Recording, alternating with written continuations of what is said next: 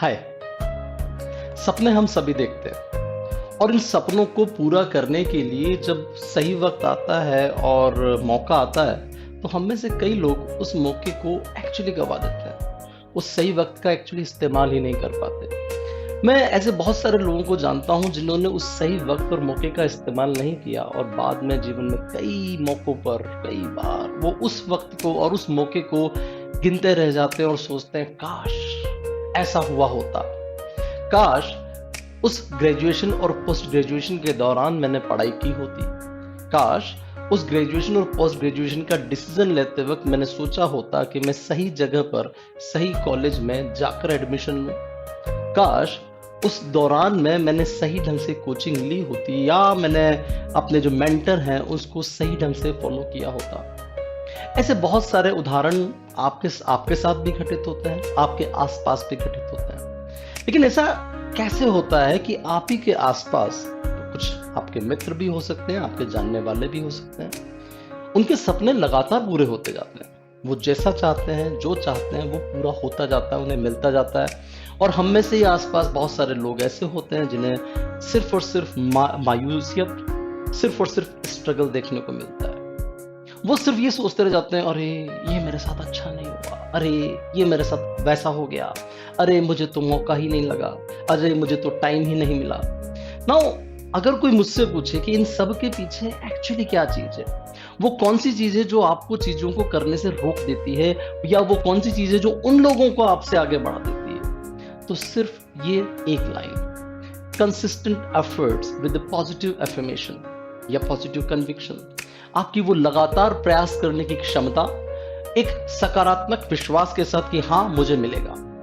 आज जो मैं आपसे बातचीत शेयर करने वाला हूं वो है मिस्टर आयुष, एक सकारात्मकता से भरा हुआ एक स्टूडेंट जिसने एक छोटे से शहर से बहुत बड़ी यूनिवर्सिटी का पीएचडी एंट्रेंस फाइनली क्वालिफाई किया है। इस वक्त जो मुझे सुन रहे हैं शायद उनके लिए बहुत बड़ी बात नहीं हो, लेकिन जो बच्चे छोटे गांव या शहर से वो अगर ये सुन रहे हैं, उनको अगर लगता है कि हाँ लाइफ में कुछ बड़ा अचीव करना है लेकिन हम तो छोटे शहर से हैं, हमारा तो क्या होगा, कहीं ये थॉट उनके दिमाग में है, तो उनको ये पूरा का पूरा जो पॉडकास्ट है वो बहुत अच्छे से सुनना चाहिए। शायद आपको सीखने को मिले। मेरा जो ओवरऑल बात समझाने का तरीका है वो ये सिर्फ इतना है कि अगर आप कोई पर्टिकुलर लक्ष्य प्राप्त करना चाहते हैं तो अगर आपने उसके लिए लगातार प्रयास किया, लगातार डटे रहे, तो ध्यान दीजिएगा 99% रास्ता आप तय कर चुके हैं। 99% वो लक्ष्य आपको प्राप्त हो चुका है। 1% में भगवान पर छोड़ता हूं, क्योंकि मुझे नहीं पता कि असल में अंतिम परिस्थितियां क्या होंगी, उतना तो हमें थोड़ा सा देना ही पड़ेगा। तो बात करते हैं मिस्टर आयुष से, जिन्होंने इंपीरियल कॉलेज ऑफ लंदन में पीएचडी पोजीशन प्राप्त की, जेआरएफ क्वालिफाई किया, उसके पहले उन्होंने आयसर तिरुवनंतपुरम से अपना एमएस पूरा किया, उसके पहले फर्ग्यूसन कॉलेज पुणे से थे, उसके पहले वो एक बहुत छोटे से गांव महाराष्ट्र के यवतमाल से थे। तो ये जो पूरा का पूरा टॉक है वो आपके लिए बहुत ज्यादा फायदेमंद हो, यही शुभकामना। First of all congratulation Ayush. आपको मैं चाहूंगा कि अपनी एक ओवरऑल जर्नी जो 12th क्लास से लेके अभी पीएचडी पोजीशन तक, जिसमें कि कहाँ से आपकी जर्नी शुरू हुई, आपके शहर, आपके विलेज, आपके फैमिली बैकग्राउंड और आपके एकेडमिक्स, इस सब के बारे में हम सबको बताइए। Thank you so much sir. Sir first of all I would like to thank you, क्योंकि सर ये आपकी वजह से बहुत कुछ पॉसिबल हो पाया है। जहाँ तक आज मैं सफल हूँ उसमें आपका बहुत बड़ा योगदान है। So, sir, I come from a small village called Yavatmal. It's in Maharashtra. I did my 12th study. I completed my 12th at Anglo Hindi Junior College in Yavatmal itself. After that, I went to Ferguson College. There I did my bachelor's in biotechnology. And it was the game-changing decision. And I got the exposure, what is research कैसे कैसे होता है, क्या क्या facilities होती है, हमें कैसे आगे बढ़ना है, ये सारा कुछ फर्ग्यूसन में जाके ही मुझे पता चला। फिर sir I have applied for many entrance exams like IIT, JAM, GAT B, and almost मैंने सारी एग्ज़ाम्स एक डिसेंट रैंक से मैंने क्लियर की थी। तो मैंने गैट बी में मेरा ऑल इंडिया रैंक 22 आया था, category rank. So I got almost सारी बेस्ट कॉलेज में मेरा सिलेक्शन हो चुका था। एंड मुझे आईआईटी इंदौर भी वहाँ से मिला था। बट उसी साल आईसर तिरुवनंतपुरम ने फर्स्ट टाइम अपना एमएससी एंट्रेंस का नोटिफिकेशन जारी किया था. सो आई थॉट कि I should give this exam, and there I got selected among top 20 students from there. They select top 20 students from all over the India, and I was among them. फिर सब सारे professors के साथ discuss करने के बाद ये decide हुआ कि आईसर तिरुवनंतपुरम ज्वाइन किया जाए, क्योंकि मुझे रिसर्च में इंटरेस्ट था. फर्ग्यूसन कॉलेज में ही मैंने सेकेंड ईयर से एक प्रोजेक्ट स्टार्ट किया था, जिसमें हम फ्रूट पील के जो एक्सट्रैक्ट होते हैं ना, तो उसकी इफेक्ट देख रहे थे बैक्टीरिया पे कि एंड फंगाई पे, कि कैसे कैसे, क्योंकि हमें पे पता है फ्रूट से ज़्यादा फ्रूट पील में antibacterial, anti fungal and antioxidant property होती है. तो वो काफ़ी मुझे इंटरेस्टिंग लगा. तो फिर मैंने आईसर में भी वही कंटिन्यू किया, और मेरे फाइनल ईयर में मैंने 1 ईयर ऑफ मास्टर्स प्रोजेक्ट, उसमें भी मेरा टॉपिक एंटी माइक्रोबियल रेजिस्टेंस ही था. और अब सब कुछ सही चल रहा था, आईसर मिल चुका था, एंड देन आई थॉट कि नहीं, अब मुझे इंटरेस्ट है एंटी माइक्रोबियल, ये टॉपिक बहुत ज़्यादा अच्छा है और उसकी नीड भी है, क्योंकि 2050 तक एंटी माइक्रोबियल रेजिस्टेंस एक ग्लोबल थ्रेट हो जाएगा पूरे वर्ल्ड के लिए. सो आई थॉट कि पीएचडी ही एक बेस्ट ऑप्शन रहेगा, मुझे इसमें एक्सप्लोर करना है. And then I figured it out कि कैसे कैसे करना है, सारे डॉक्यूमेंट्स क्लियर करने हैं, जैसे एसओपी, इंग्लिश एग्ज़ाम, एंड उस सब में मैं आपने दिया था शायद IELTS दिया था, उसमें I got good number, good band. और फिर मैंने professors and university sort out करना शुरू कर दिए थे. मेरा ड्रीम यूनिवर्सिटी पहले से ही इंपीरियल कॉलेज लंदन था, मुझे वही जाना था. You got selected in Auckland, New Zealand. So first interview मेरा यूनिवर्सिटी ऑफ ऑकलैंड में था, and I got selected. But after discussing research interest match नहीं हो रहा था थोड़ा, क्योंकि मैं ज़्यादा वेट लैब में इंटरेस्ट रखता हूँ और वो थोड़ा स्ट्रक्चरल था. तो मैं आपको रोकना चाहूंगा, जो लोग इस वक्त सुन रहे हैं, यूजुअली ऐसा करते हैं लोग, पहला जो मिला वही हो गया, ड्रीम जैसा कुछ नहीं होता. मैं आपको सबको ये कहना चाहूंगा, just take a lesson from here. Choice हमारे पास होनी चाहिए कि हमें कहाँ जाना है, चॉइस उनकी नहीं होनी चाहिए कि वो हमें ले रहे हैं नहीं ले रहे हैं. ये चीज़ आप सबको ध्यान देना चाहिए. कम से कम 4-5 सिलेक्शन एक साथ हाथ में होने चाहिए. आई चूज, इतना कॉन्फिडेंस आपको सबको होना चाहिए. Yes, continue please. Ayush. Yes sir, इस पे बात भी हुई थी, काफ़ी लोग और बोल रहे थे कि आयुष तुम्हें अच्छा यूनिवर्सिटी मिलेगा. University of Auckland is also very good and global university, top 100 में आता है. बट मुझे वो इंटरेस्ट नहीं आ रहा था. मुझे तो इंपीरियल या ऑक्सफोर्ड इन यूनिवर्सिटी में से कोई एक चाहिए था, और इंपीरियल तो पहले से ही ड्रीम था. देन आई चेस इंपीरियल, और बहुत सारे इंटरव्यूज़ क्लियर किए. बहुत सारी डिफ़िकल्टीज आई, क्योंकि इंटरव्यू भी 2-2 घंटे के चलते थे. वो इतना डिटेल सब कुछ पूछते थे कि फिर उनका स्टैंडर्ड ही उस लेवल का है.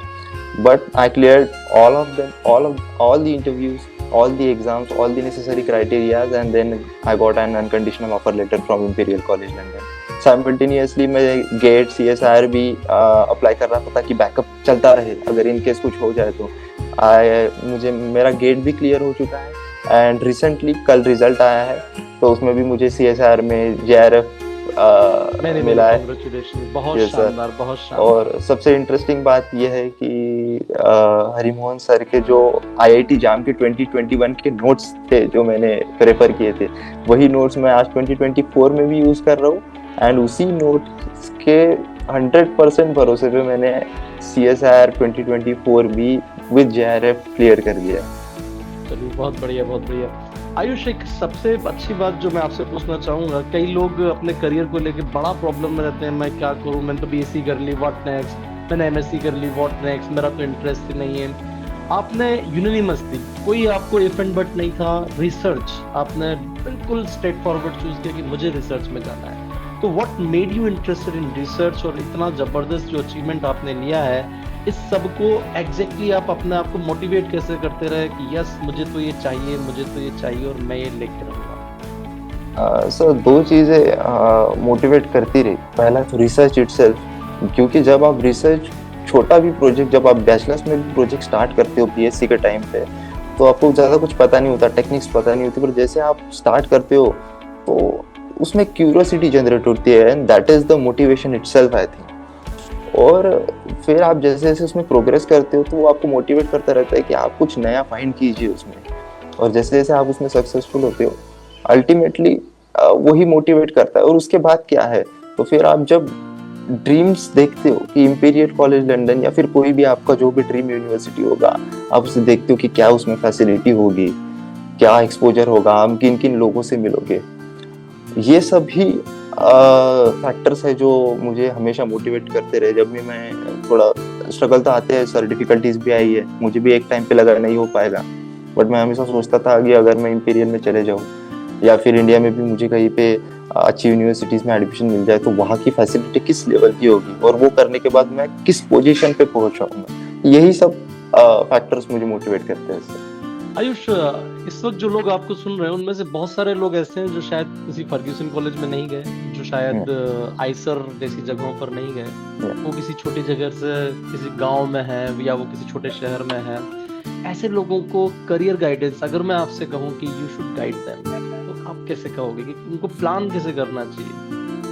आप और हम जैसे आई एम फ्रॉम JNU, ठीक है, मुझे फटाफट से मिल सकता था। आप आइसर से हैं या जो अगले दिन से मैं बात कर रहा हूँ वो किसी बड़े शहर से। एक छोटे शहर छोटे गांव के बच्चे को कैसे अपना पूरा का पूरा करियर प्लान करना चाहिए, और ये बहुत चैलेंजिंग भी है। उन बच्चों को तो पता ही नहीं होता कि लाइफ में ऐसा भी हो सकता है और अचीव किया जा सकता है। उनके लिए ये तो एक नेक्स्ट लेवल की बात है कि ये तो दुनिया ही दूसरी है, तो दूसरे टाइप के लोग जाते होंगे, तुम्हारे और हमारे जैसे लोग नहीं जाते होंगे, उन लोगों को ये लगता है। तो उनके लिए आप कैसे एक गाइडेंस देना चाहोगे, एक प्रॉपर मैसेज देना चाहोगे? सर बहुत जरूरी भी, यस सर, आराम से खुल के बताएं प्लीज। सर डेफिनेटली ये बहुत ज़रूरी बात है कि सब लोग एक कभी कभी चांस नहीं मिलता है कि सारे ही बेस्ट यूनिवर्सिटी से ग्रेजुएट करें या पोस्ट ग्रेजुएट करें। सर यही सेम सिचुएशन मेरे साथ भी है।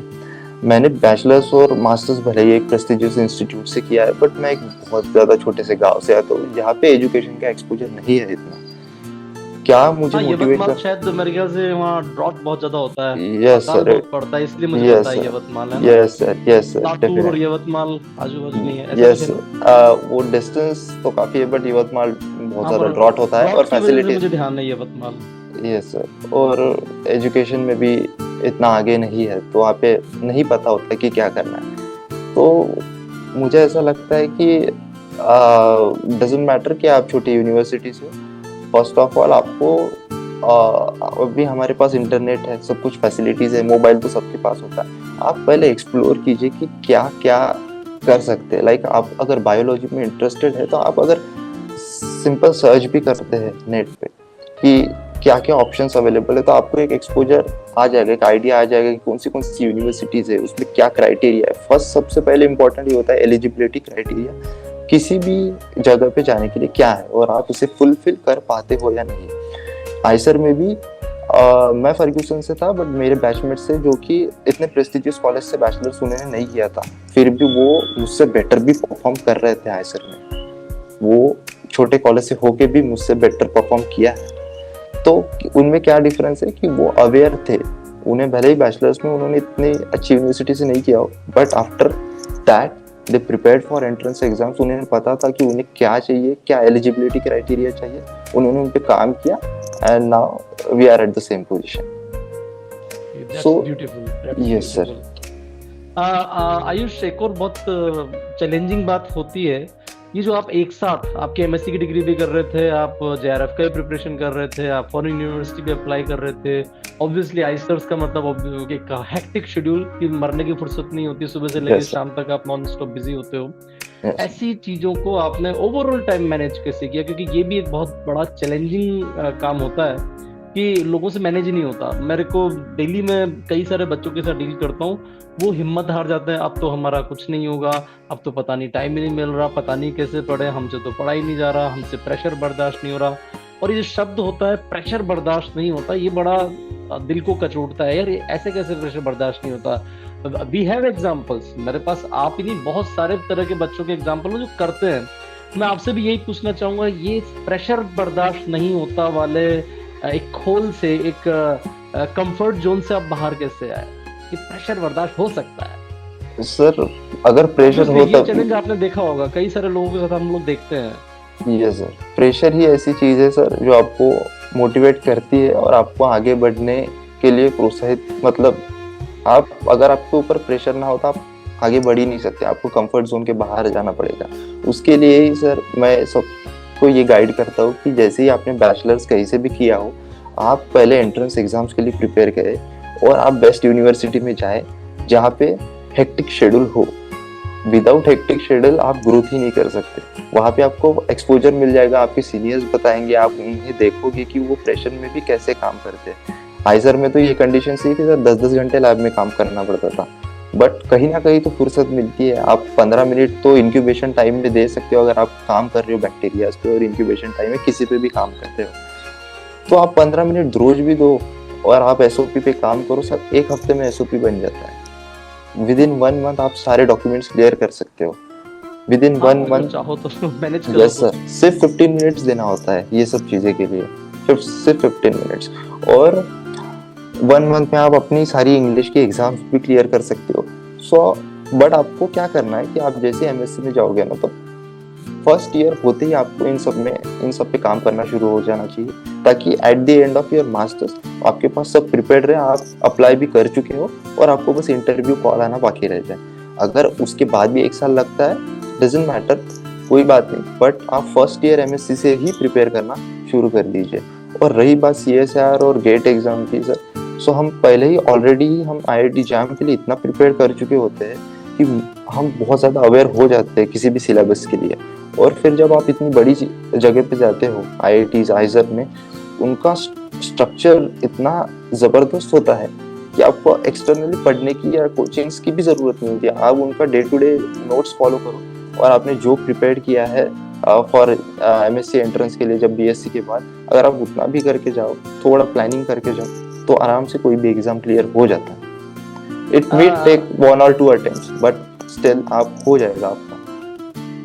आयुष, एक और जो सबसे अच्छा क्वेश्चन मैं पूछना चाहूंगा, ये जो हम लोग कोर्सेज चलाते हैं, मेरे वाले कोर्सेज, उसका कैसे आपने उस वाले प्रेशर को बर्दाश्त किया, मेरे चिड़ियोड़ वाले सेशन को बर्दाश्त किया, और इतना सारा आपको पढ़ना होता था, सारी चीजों को मैनेज करना होता, वो मैनेजमेंट कैसे आप कर पाए हो? सर फर्स्ट ऑफ ऑल तो बहुत तेज रफ्तार के, ऑब्वियसली मेरे जो कोर्सेज होते हैं वो बहुत तेज रफ्तार वाले होते हैं, जल्दी जल्दी सब कुछ फिनिश करना होता है, तैयार करना होता है, एग्जाम देना होता है, सब कुछ करना होता है।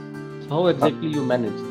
सर मुझे बाकी लोगों के लिए तो आइडिया नहीं, बट मुझे पर्सनली सर आपका टीचिंग स्टाइल बहुत अच्छा लगा, क्योंकि इतना बड़ा सिलेबस अगर हम टेक्स्ट बुक स्टाइल में पढ़ेंगे तो ना तो समझ में आएगा और टाइम भी लगेगा। बट आप जो पढ़ाते हो स्टोरी लाइन में, जो स्टोरीज में आप पढ़ाते हो सर, वो याद रह जाता है। और एग्जाम में आपको सर रट्टा मारने की कोशिश नहीं करनी पड़ती है। अगर आप स्टोरी में अगर सर के नोट्स अगर अच्छे से सुन लो तो ऑलरेडी आप सब कुछ क्लियर कर सकते हैं। छोटे छोटे क्वेश्चंस होते हैं, एकदम लॉजिकल क्वेश्चंस होते हैं, हमें लगता है कि सीएसआर की बहुत ज़्यादा डिफिकल्ट क्वेश्चन आएंगे, नहीं ऐसा नहीं होता। बेसिक अगर आपका क्लियर हो, मैं आज भी सर के 2021 वाले नोट्स यूज़ कर रहा हूँ 2024 में भी, और उसी नोट्स से सारे एग्जाम्स क्लियर करते जा रहा हूँ विदाउट एनी डिफिकल्टीज।